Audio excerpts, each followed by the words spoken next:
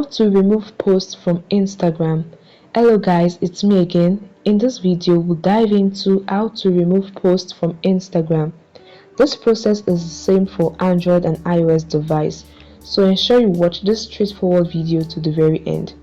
Now on your Instagram account, go to your profile, tap on your profile picture icon below, and you can see the list of all your posts.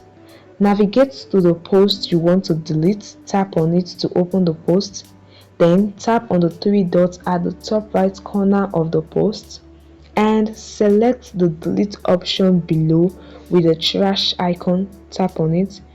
Instagram will ask you to confirm whether you want to delete the post. Tap on delete again to confirm this action, and this way those posts will be immediately removed from your Instagram profile and your followers feed. You and your followers won't be able to view this post anymore.